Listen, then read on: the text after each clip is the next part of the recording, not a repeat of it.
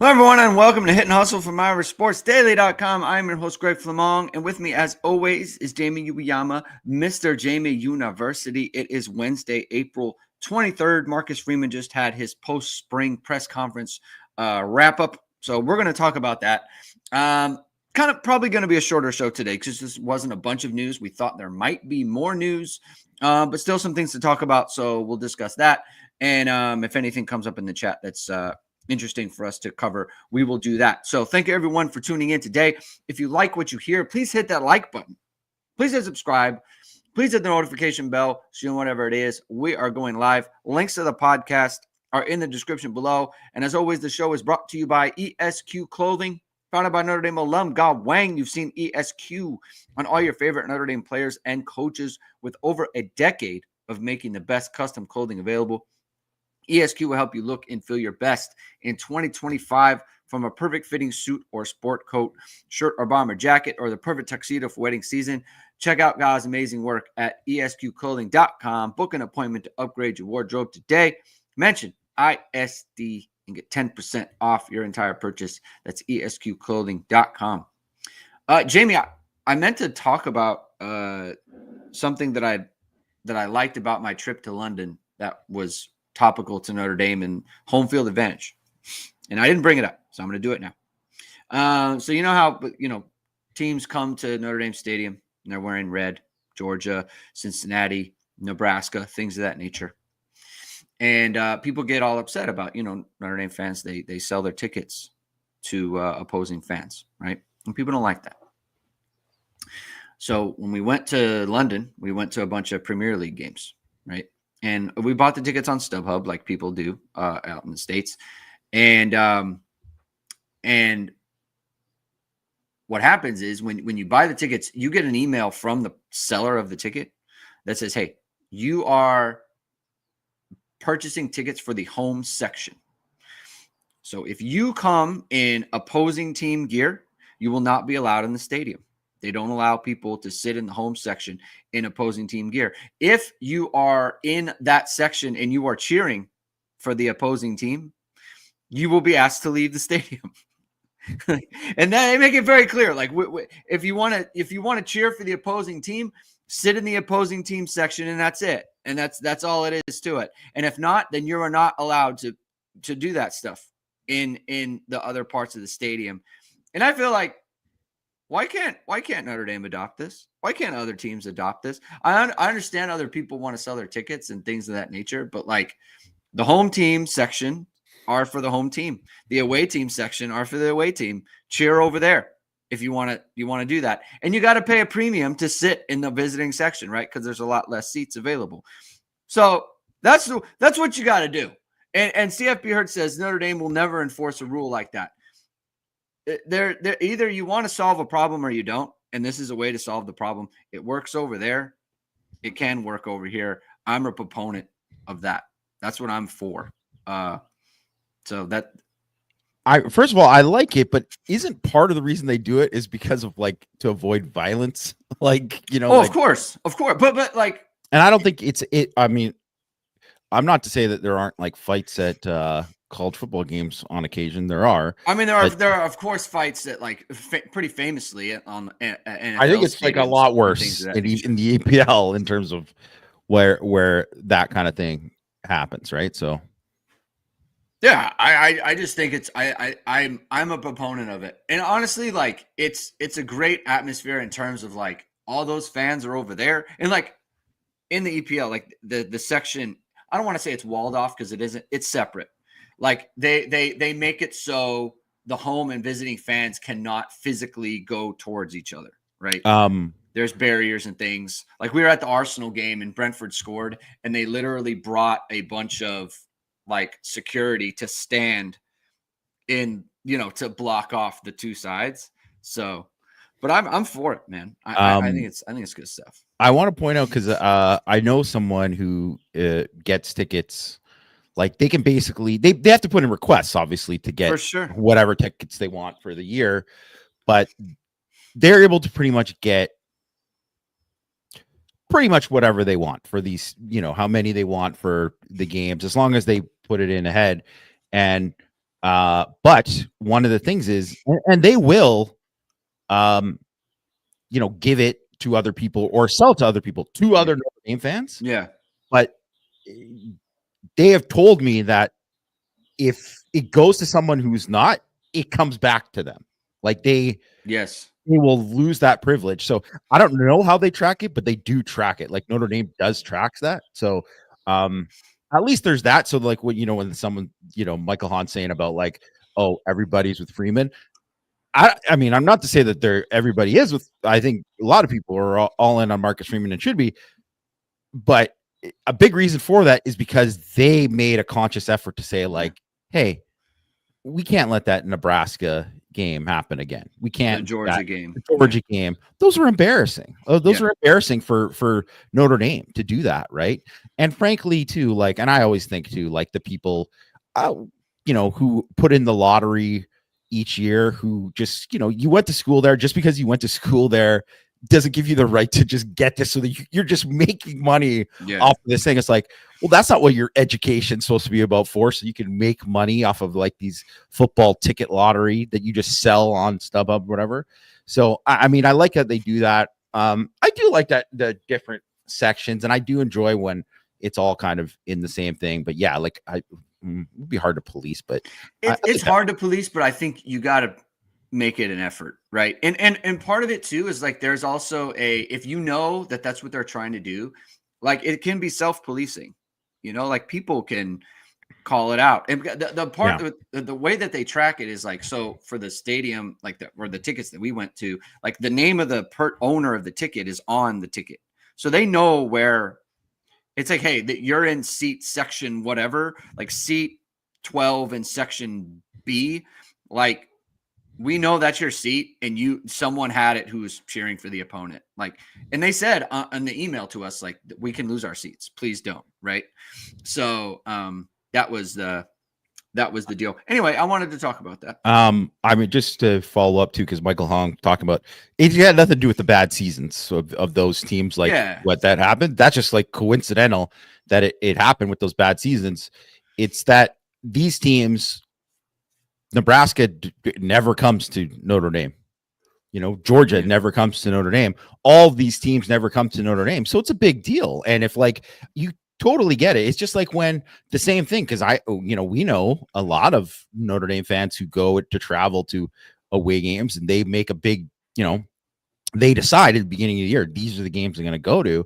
And they will choose based on like, hey, I've never been to such and such or whatever, right? I want to go to Miami or whatever. I want to go to this game. I want to go to A&M because I've never been to College Station, right? Like, so that happens everywhere for people to do that. And that's, I mean, it's a good thing because it's part of the draw of Notre Dame, is that people want to, experience a game in Notre Dame Stadium, which is cool.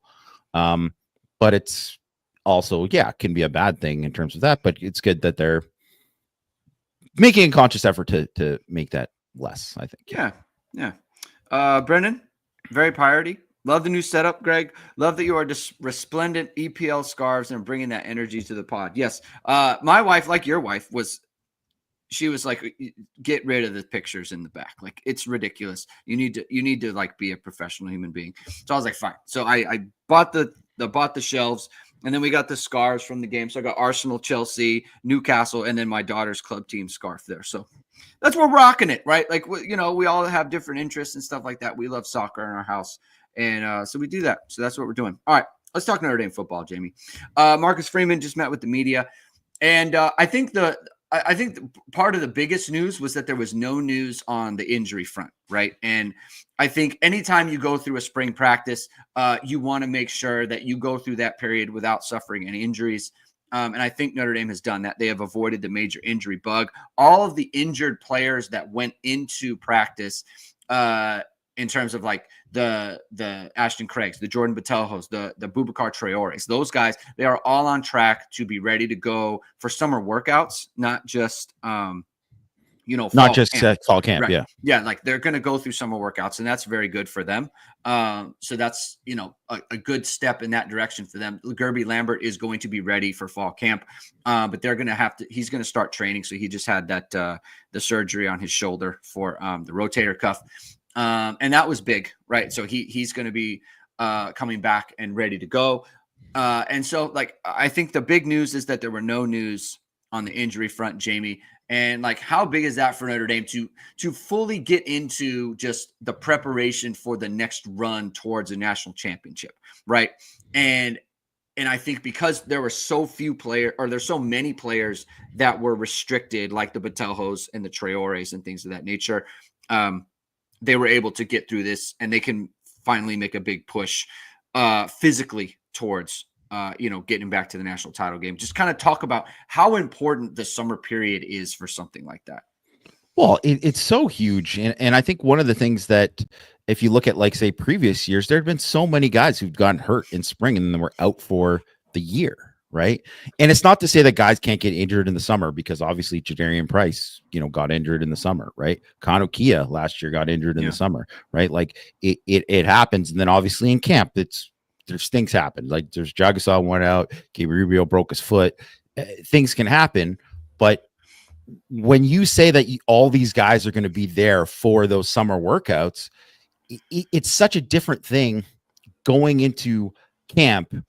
If you're you didn't really get to full strength of what you could be, but not even just strength, but the kind of shape that you want to be in. I think one of the huge reasons why Jordan Botelho had the kind of season at the beginning of the year that he looked so good, was because he was crazy in his preparation going into it, in terms of he got into incredible shape. He was just a better version of the player that he was, because he put all that work in the summer. Mm-hmm. And if you don't have that runway to kind of lead up into the season, you're not going to be that for. So that's the thing. It's yes, these guys are coming off injuries, and we don't know exactly, where everybody's going to be at and stuff too. But the odds of a guy like Botelho or Boubacar Traore or Craig, of those guys being able to be hey, you're going to start the Miami game and actually be pretty close to your peak, are so much better now because of it. So I think, and CFB Hertz, he was kind of oh, well, what was the news? Because he thought that we were doing this because we thought that there was going to be news. We just figured that there was going to be some kind of news that came out of it. And really that kind of no news was good news kind of thing, in terms of the injuries. Because I kind of thought other than, Brandon Vernon, who they mentioned was, torn MCL, Brandon Vernon isn't in the mix at really defensive tackle, and they already have a bunch of bodies there, but they didn't have one of those other guys go down. They didn't have one of these other things. There wasn't some secret injury that we weren't aware of, where all of a sudden Josh Burnham didn't take part in the spring. Oh yeah. And then all of a sudden they just throw it on us. Oh well, by the way, he broke his ankle or something, right? Just that didn't happen. And I think if you're coming out of that thing, I was this was the least newsworthy end of spring that you can imagine. And obviously there hasn't been a lot of guys who've gone in the port. I was kind of surprised they didn't ask more about someone didn't ask specifically about Angeli. I whatever. I'm not surprised someone didn't ask about Kennedy Urlacher, but whatever. For sure. Yeah. I think I thought there would be something about what was the conversation with Steve Angeli. Yeah, I thought so too. Just kind of what went into that. Was it more of a him thing? Was it a mutual, this is where we think you are? And how did you come to that decision vis-a-vis the other quarterbacks? Because he is the one with the experience, right? And when we talked about why we think it happened yesterday, we had that conversation on our show, but to hear it from Marcus, that, and that's kind of the news that we thought might be coming from this. I think you can read between the lines, right? It's pretty clear they just thought those guys were better fits for Notre Dame to be the starting quarterback next year, right? Into, what Marcus Freeman always says, to elevate the program and what they're trying to do on offense. And so that was a pretty big deal. He did touch on the fact that he was asked, could you see a situation? I think it was from Eric Hansen. He asked him if you could see a situation where they both play. He left open the possibility, like kind of what we said, that there could be a package for someone, and that package would be for Kenny Minchey. So I think this is in the scenario that CJ Carr wins the job. You want to get Kenny Minchey's legs involved, right? And so that's why they would play two.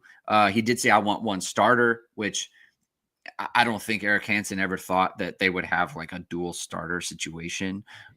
Like Steve Spurrier, you have two guys like rotating every play, which he did at times at Florida, which is sicko behavior, but also worked. Like it was like only Steve Spurrier can do it. Like there's not that many people that could do it, but I don't think anyone envisioned that. But he did leave open the possibility. It to my ear and the way I was listening to it, and if you were to read it, you might take something different. I thought he was fairly dismissive of it. Like, it's sure we could, but that's not what they have in mind, and they wouldn't have that in mind right now. I think he said it so just in case there is some 2% chance that they do something, he doesn't look back. People don't throw that quote in his face.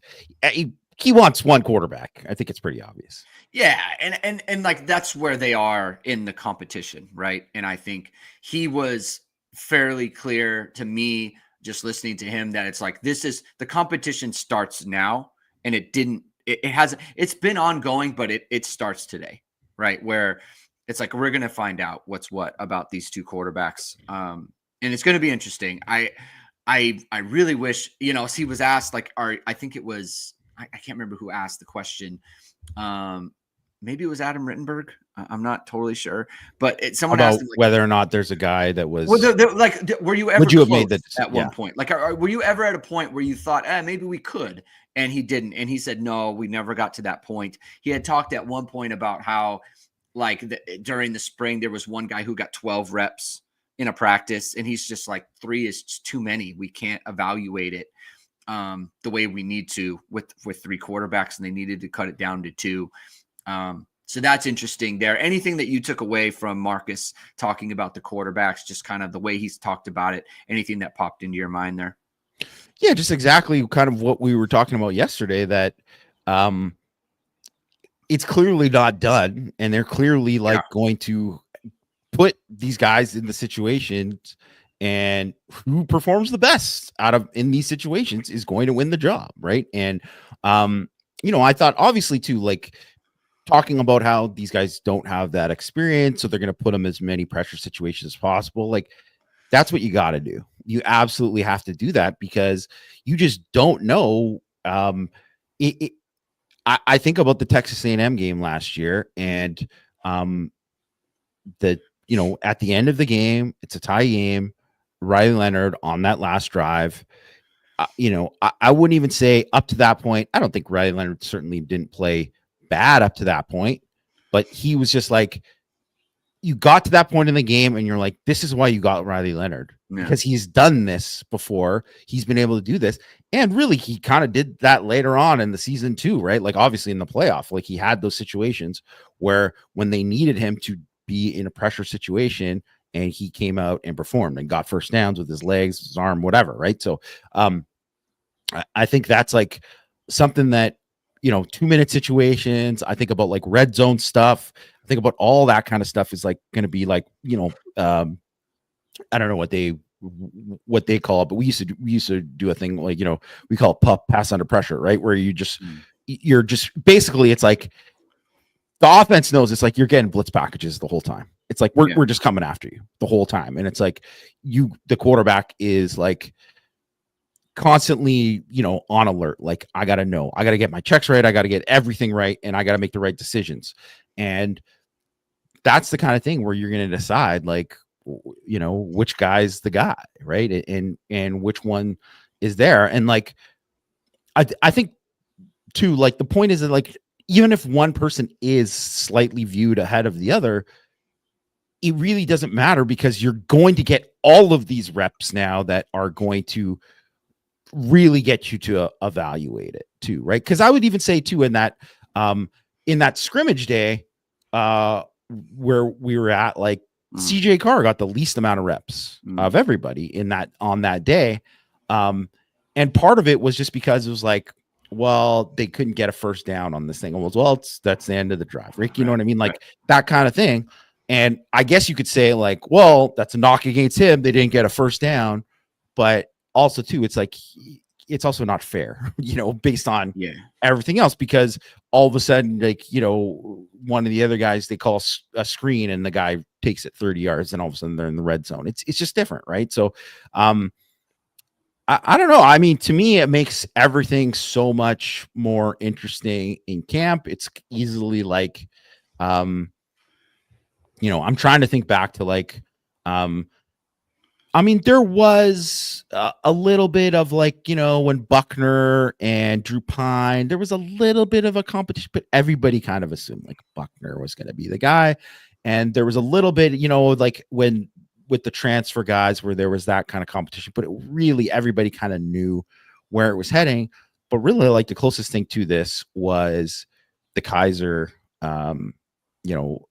Zaire thing in 2016, and that was a completely different animal because it was very contentious. There was like, I don't think there were true factions. Yeah.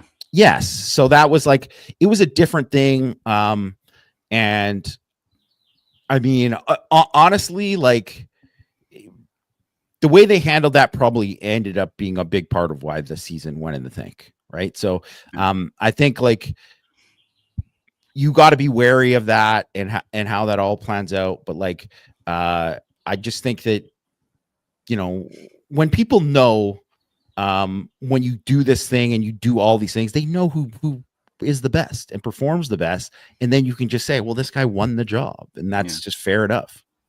I think it helps this year that, that the team is fine with Carr or Minchie. I mean, that's everything I've heard is they like Kenny Minchie and they like CJ Carr and whoever it is like, I think that the Zaire Kaiser one, and why it was hard for BK was I think the team wanted Zaire and Kaiser was playing better. And so, yeah, he just was. Yeah. Yeah. And so it was like, well, it's like that made it difficult that they wanted a different thing. And it's just like Kelly didn't know what to do because one quarterback was outplaying the other one.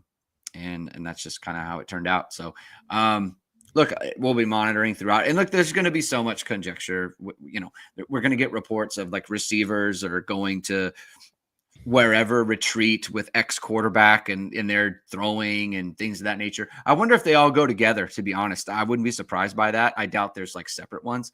I bet there's going to be summer workouts with both quarterbacks and all the wide receivers and things of that nature.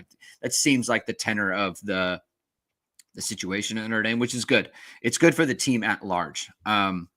Speaking of Tyler Buckner, we're monitoring that situation of Marcus Freeman. That prediction is looking good. I'm feeling so good about this. Tyler Buckner, backup quarterback for Notre Dame at some point. Actually, I don't know because I don't think either of these guys is going to leave at this point. No, I probably not. Yeah, because the other part too is, and you talked about this, I think it was on Power Hour. It's like just because there's a starter week 1 doesn't mean that there's a starter, week 4. It's the same guy. Like it's one thing to win a competition camp. It's another thing to like now we're playing actual games and we have to see, like how you perform in a game situation when the stakes are real in terms of wins and losses, right? And so there's a lot to the quarterback situation will not be solved even going into week 1, right? It's got to be throughout the season. Sly Fox is asking, let me see this here. When does Fields show up, June or July? Basically, as soon as classes end, for him especially, because he's got to finish up his stuff at Virginia. As soon as everything ends, he's around and can be doing whatever the team is doing. I don't know, like he'll probably come back whenever everyone else comes back, but he will officially be a part of the team once everything ends, the semesters for both schools. So that's another thing where it's like that all get that all gets ramped up, right? The freshmen show up, the Mark Zachary's and the Dallas Goldens and things of that nature. Like when they all show up, that's when it all kind of ramps up for everybody. That's going to be an interesting time. The offensive line, Marcus Freeman touched on. Marcus Freeman touched on the offensive line. It sounded a lot like it's going to be what it was, last year with Anthony Knapp being the left tackle, and then Andrew Strouth, Ashton Craig, Charles Jagusa, or Billy Strouth. What did I say? Andrew Strouth? I did? Yeah, I don't know why. That's I was wild. Like, Andrew. That's crazy. Who even is that? I apologize. Billy's little brother, Andrew. little Andy. Who am I thinking of? There's no Andrew. Maybe Kristofik? I don't know. Maybe he's just on the mind. Maybe he's just on the mind.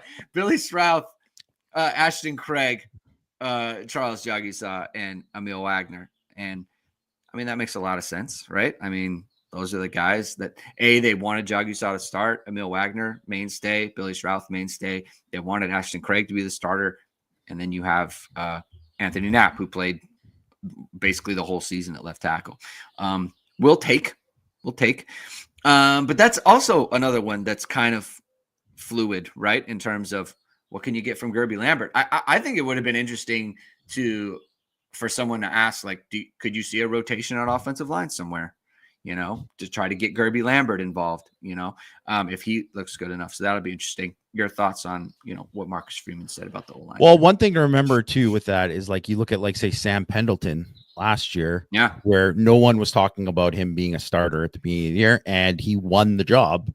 He won that left guard job coming out of camp, and he beat out Coogan and Spindler for that. So that's something that, we don't know that one of those guys, specifically, you would think that Absher, Gerby Lambert, or, Otting, who he also mentioned, as like the next kind of guys, if one of those guys were to win a job, right? Like it's not crazy to think that. And then also too, like, I mean, who's to say that, like, Will Black won't come in and just be like, holy crap, this guy's so good. Like there's a lot of that that could happen, but I think it's pretty obvious too. They have a lot of these guys where what he said, like, the ceiling is so high for so many of these guys, right? Where they have barely scratched the surface. Like, all they do have big game experience, but it's like they haven't played that much. So it's like they can only get better for a lot of them. And they're just they're in good shape. Like they're in really good shape on the offensive line. I think they're going to be like, probably like 8 or 9 deep, probably that you can go to, like, and obviously we've seen, like, injuries can happen, and then anything can happen too in terms of who's going to be there. But I think they're in good shape. And if I was going to say too, if there was one, like, kind of dark horse that I would think, like, oh, maybe some guy comes out of nowhere, I would think maybe Chris Terek, just because I thought Chris Terek, even though I know he got hurt and then he missed the spring, so you would think, oh, he's not in the mix, but I thought he was like a guy who looked really good, like in terms of like taking a big step of where he was, he, as a freshman compared to his second year, it was like made a huge step. So he probably isn't going to be in the mix. But if you were looking at a guy that you were like, man, this guy kind of came out of nowhere, to all of a sudden be like, oh, he's like right on the cusp at guard, like maybe not to start, but like be in the mix there, he'd be someone that I would kind of take a look at. Yeah. He was asked about the team overall and the talent level, and it's pretty clear he's to the point where it's like, I don't really need to talk about how good my team is. It is good. Like, we know that, right? Like, we don't need to talk about how talented we are. It's just about building towards being, reaching your full potential, right? He talks about that all the time. He does a really good job, by the way, just of blending his themes into everything. He's just very good at that. It's just, that's an observation. Like as a former, player, I've heard a lot of coach speak, and I think you've heard a lot of coach speak. I mean, it helps when there's it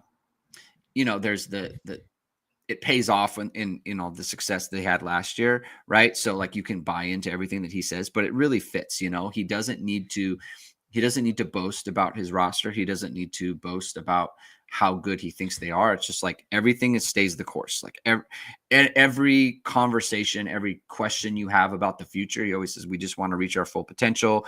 Don't worry about an uncertain future. He talks about delayed gratification, what I think is really good. It's like the work you're putting in now, you don't understand what it means later, but you just have to trust that the work you're doing is going to pay off in the long run. Like that's just such a good message, right? Like for a coach of players who they can leave the program whenever, right? And they can get anxious, they can get antsy, they're not sure where they fit. It's like, don't worry about it. Just continue to work and it'll all work out for you. Be happy with the fact that your gratification is going to come later, right? I think that's such a good message. It's your comments on that. Yeah, it's the perfect message. And I think there's so much of that too, because there's so many guys that if you look at, say, what happened last year, and you talked about this as well, in terms of guys preparing and all the work that they put in the summer to prepare allowed them to be ready when their chance came. And so many guys got that extra opportunity to have that chance, right? So, and that is going to happen too, especially if you plan to go like 16 games again. Like, well, guess what? There's going to be guys that aren't starting that weren't starters during the year that have to play big games and play big roles in games that matter. And that's just going to have to happen. No one would have said like, week 3, guess what? Rubio and Heinisch, you're going to be like the most 2 key guys on the defensive tackle position, against Georgia. Like that wouldn't have been predicted, but that's the way it went. Right. So, there's just a lot of that kind of can get figured out. But I just think that I think that's an important message, and it's something that's kind of on brand with everything that he said the whole time. Right. And it's on brand with it's obvious that they've had so many, every probably team meeting, they're probably always talking about this, because every single interview with every single young guy, it's the same communication, right? Where they're like, I'm just trying to be better today because I want to do this, right? Like no one is you don't hear anyone saying like, I'm going to be an All-American this year, or I'm going to be a starter, I'm going to do this. No, they just have said like, I'm working on this to try to get this and prove that. And, not to say that it's not in the back of their head, but when you putting that kind of message at the forefront, that's important, right? Like it's important because it does through osmosis go into these guys and they realize how important it is.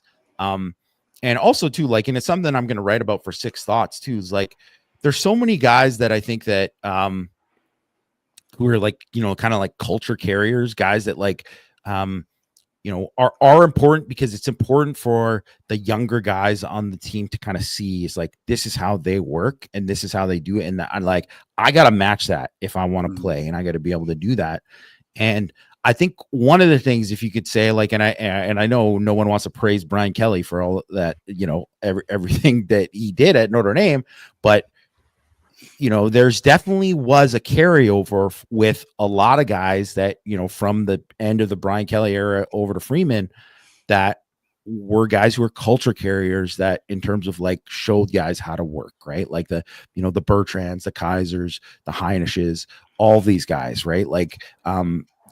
So many of these players, like Audric Estime, and all these guys, who just put in work to kind of show, Jaden Thomas, right? All these guys who show all these things that they put in work to help show hey, this is what it takes if you want to do this. You got to be a pro, right? You have to be able to treat it that. And obviously that is something that they've prioritized in terms of who you can see. They don't bring in guys from the portal that you're I think the first year you could see maybe they didn't work out with the receiver from Virginia Tech. It didn't work out with Brandon Joseph, and I don't think he was a culture carrier. So it's that's the kind of thing that you worry about. But you think about guys like Jordan Clark, Rod Hurd, you think about Devontae Smith, who they brought in this year, Will Pauling, Malachi Fields. there's a reason it's like these guys are on the freaks list or whatever, and that's great. But you don't get on the freaks list unless you're like, hey, man, you putting in time. You're putting in time in the weight room. You're putting time in the training. You're doing all that kind of stuff. And if you aren't doing that, that is going to show up, and you aren't going to be someone that people look to and respect when you come into a team like Notre Dame, because they have so many guys that are already like that. Right. So I think it's like super important to kind of maintain that kind of thing to help kind of carry it along. And that was like, I know one of the things too that I can't remember who it was. Mike, Mike Frank, our boss, did an interview many years ago. Might have been with Sean Milligan. I can't remember who it was. But it was muted yourself. It was someone from the time from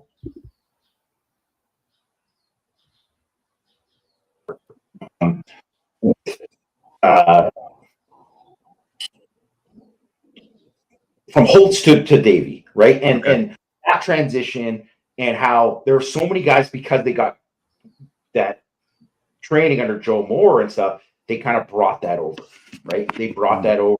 That was part of their thing that they brought, and they were able to kind of like give that to the young guys. And that's why there was still like carryover, even though it was like not the same coaching and different whatever, but there was a lot of that kind of transition over, which is one of the reasons why the offensive line group, even though there's been dips obviously over the years, but for the most part, there's been a lot of like NFL guys going through and really quality offensive lines for Notre Dame.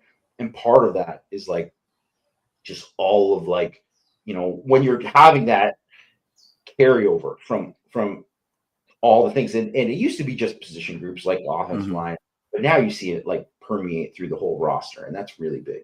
Yeah, I think that was one thing that Marcus took from BK, because I think the BK, the post 2016 renaissance that BK went through, like they didn't have, a bunch of selfish guys on that team. Like he clearly knew there was a benefit to having the culture the way it was, especially after 2016. And that was a hard lesson. Right. And so I think that he imported that. And I think Marcus saw that. I do think Marcus is just naturally a better messenger for that culture, just because of the way he is. Like he even made a comment today about, he's like, yeah, like they asked him about his team, and he's like, I think I've matured a little bit in how to answer this question and how to evaluate these things. And there's one thing about Marcus Freeman that I think permeates from him to his players and like his program at large, which is like he is very self-aware, and he has always been open about like there are things that I have done wrong and I need to be better at, right? And he's been very upfront about that stuff, like almost in fact to his detriment at times. But at the end of the day, his team sees that and thinks, well, shoot, if my head coach can be self-critical and he can be self-aware, then I also need to be doing that. And look, there's a tremendous amount of proof of concept with him because of the season they just had, right? And especially so because, he talked about week 2 last year, when it's like, you talked to me, I thought our team was pretty good, and you asked me after week 2, and it's like, man, I just want to win the next game, right? Like he stayed the course with who he was when it didn't really look that good last year at times. And then it worked out, right? Like, so there is a proof of concept with him, with the program, with the players, and how they view things.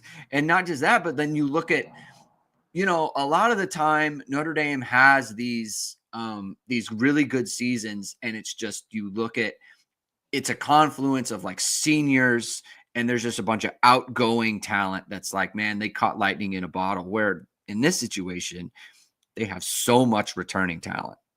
They have so much of the core of their team, and while they'll be good, is coming back, not just for this year, but the year after as well, which is kind of scary in itself. Like he's really built something, and I think that I think he got it from BK, but he himself, being who he is, was able to advance that, and look, Jack Swarbrick, I don't know if he knew, right? We'll never really quite know what he thought about Marcus Freeman or what he knew about Marcus Freeman. There are so many things that Marcus Freeman ended up being good at that I think were unknown that had to have been unknown to Jack Swarbrick at the time.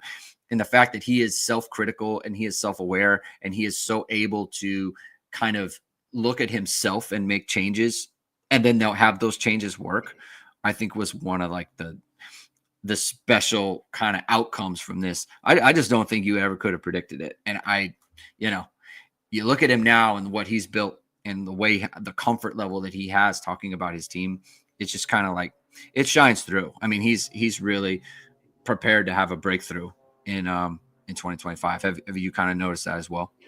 Yeah, he's definitely more comfortable, but I think, he kind of reiterated too that like he's learning from the past of what they've done before, but also he's never stuck in saying like, hey, this is how we did it, so we got to keep doing it. Like, right. It's like, hey, if we got to do stuff to get better.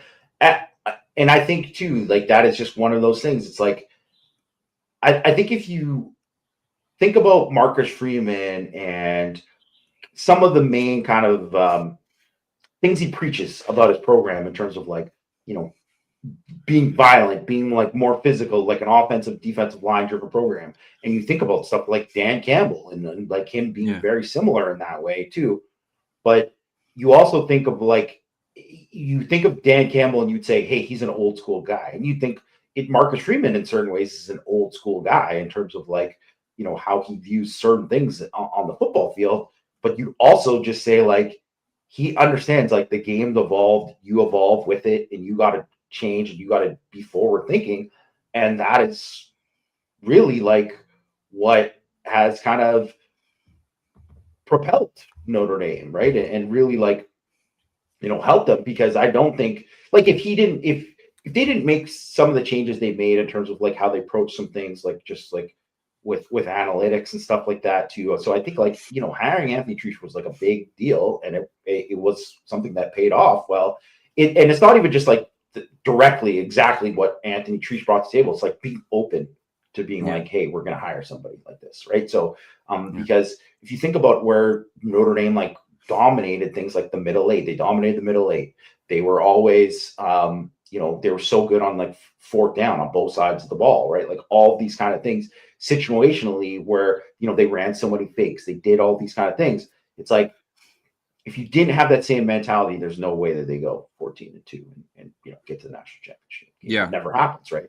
So you have to kind of evolve with that and be comfortable and confident in what you're doing, but also know that like, hey, it can flip here in a second, and we got to change this and we got to change that, and that adaptability has been huge. Yeah, and like I feel like that's been such a big criticism of the Notre Dame program, period, not just from coaching, but also just like the administration and everything, like not being forward thinking and not being a trendsetter. Like now, like USC is trying to do the thing that Notre Dame did for like the second time, by the way, because if you recall, they tried to do the BK reboot with Clay Helton. Like this is the second time USC is trying to follow in Notre Dame's footsteps, but like you do have to have the people involved. Like it's just not a goal, right? Like you can't just say, oh, we're going to do it. Like you have to actually be able to apply it, and Marcus Freeman is able to apply the messages and the lessons that he puts in place, right? And that's, look, that's what separates people. He's a forward thinker. You need to be a forward thinker with your small business, Jamie. There's so much that you can do. There's so much you can do with your social media page. There's so much you can do with a highlight reel that you have, family photos, wedding photos, whatever it might be. You can be a forward thinker with VSR Media, founded by Notre Dame football pregame host and Emmy award-winning anchor Vahid Asad-Razadeh. VSR Media provides professional and cinematic video and photo. Whether you're looking for a collegiate or pro-level highlight reel, have a personal story to tell, or aiming to diversify and grow your business, VSR Media specializes in short and long-form video storytelling, social media management, and website design. VSR Media also captures professional headshots, senior, and sports photos. Contact them at vsrmediacompany.com. Mention Irish Sports Daily to receive 20% off your first project. Visit them online or give them a call at 574-800-9106. Just real quick, what is your just kind of main spring takeaway for you? Just like if I take anything away from this spring, what do you got? Well, I think the main thing has to be that they're down to two, right? They're down to two quarterbacks, in that I think if I know there was a lot of Angeli supporters out there, but I think for the most part, people who kind of understand like the talent that Minchie and Carr have, a lot of people kind of wanted to see it go this way, because that means that those guys took the steps to be like, oh, they look like they could be quarterback one. So I think that is probably the biggest thing for Notre Dame, is that it wasn't a situation of like those guys, it's like, well, default, they just decided to do that, or Angeli just decided to leave, whatever. It's like, no, those guys showed enough that it's like, hey, whoever wins this job here is going to be pretty good. So, because I think that was obviously going to be a huge question, because I think they're really good in a lot of other areas, because I think in so many different things, throughout the roster, you just look at it, and even though, they come out with health-wise, and I think that's certainly in a good situation there, but you also come out of it where you think that like they're, obviously nothing was going to change with running back what you thought they, you already thought, hey, they're one of the best, maybe the best. And so, yeah, that was going to happen. I think the only kind of like everything else, you O-line, you're like, hey, they're in good shape, right? They're in good shape. They're tight end, probably better shape than a lot of people thought. They had the kind of thing there. Yeah. You look at DB, better shape than some people, than the kind of like pessimists would have thought, right? Like, I think a lot of people are optimistic, but if people are pessimistic about like the depth and safety, whatever, people feel better about it now. People feel better about corner, obviously, with Hobbs and stuff. Yeah. Feel great about linebacker. Like, it's whatever. Defensive tackle, big question. It sounds like, and it is true. They aren't going to have those guys that are like exactly those two, but they're going to be deeper, and they're going to be able to play more. And then I think you're going to get guys kind of to settle in there. And then, obviously it was like an incomplete at like defensive end in terms of, because so many guys did practice in there. And really like the only kind of like main question really is kind of like wide receiver. Well, here we go again, wide receiver. But it is more of like, where are all these guys going to be when you get them all there, and they're all there in the summer. But I certainly think, just still like on paper going into it, I would feel better about that group than I would any of the groups in the last few years. So I think they're in really good shape. And I think even, one thing we didn't talk about today, because there hasn't been, is like nobody else went in the portal. And it's not to say that, hey, before we end the show, someone could pop in the portal. It happens, right? Like it's happened before, but it's getting really close right now. And there's somebody could go in, and we've heard some names of, maybe this guy, whatever, this guy, people are coming after him. But we heard a lot of that in the winter too, and then guys end up staying. Yeah. So you didn't come out of this where, if you come out of this thing where the third quarterback leaves, and there's as of right now, only one guy, is like Kennedy Urlacher was the only guy who was like, I don't like where this is going for me, or whatever. Yeah. Is out, like, then that's pretty amazing. Like, then you got good vibes around your program. That's the case. And I would even say, like, I do think probably one or two more, maybe 3 or 4, whatever, could pop into in the next couple of days. But it also would shock me if none do, because just where it's at. Because I kind of thought we would have had it by now with some of these other guys. Yeah. And we just haven't. And I think says a lot about, where they're at. Yeah. And we try not to talk about it because like these things change in real time. Absolutely, like they're just so like the information you have one day is not the information you have on another, so we just got to be patient with it. The portal closes on the 25th. You could hear some after that just because of the nature of how the portal works. But we'll see on that. I think my main takeaways are Minchie is viable, which means like CJ Carr, I think really Minchie is going to push Carr, and Carr is going to push Minchie. And I think that's important, right? If Carr is going to be the guy, like he has to be better. He has to be good enough to like make it so Minchie's versatility is like he can overcome that, right? Because it's a big deal. So if he can, like CJ Carr is, whoever the quarterback is has to play really well, in my opinion, in the fall. I don't think you can play like even like 50-50. Like you can't have like, maybe you can have one bad day, but you can't have multiple bad days and win the job. Like you just can't. That's how I see it. And so I think that's important. And I think Minchie needed to show that he could do that, right? He could push whoever it's going to be, or he could be the person himself. The other one to me is like Carson Hobbs is a player. And that's like, I really thought like that was maybe the most important thing of this spring for the defense is just identifying the fact that Carson Hobbs can play and they can put him in a football game and they can be totally comfortable with that. And he has, like, again, we talked about it a ton yesterday. Everything you would want from a DB in a spring game situation, like we saw it from him. You highlighted it, saw it at two positions. He saw it at multiple facets, tackling, coverage, playmaking, ball skills. Carrying the vertical route. Yeah, all that stuff. Like everything you want to see, you saw it. So I thought that was a really good sign. So, all right, we can end it there. We'll be back tomorrow for our regular Thursday show. Maybe we'll do a little draft thing. I was thinking about that, Jamie. We could do something with the draft, the first rounds tomorrow. We could talk about, Notre Dame's draft prospects, and then maybe we could do like a little game where we draft, positions, like position groups from past Notre Dame teams. I think that would be fun for people. So we'll do that. So thank you everyone for tuning in. If you like what you heard, please hit that like button. Please hit subscribe. Please hit the notification bell so whenever it is we are going live, and that is going to be tomorrow at 12 Eastern time. We'll catch you then. Have a good rest of your day. Keep hitting and hustling.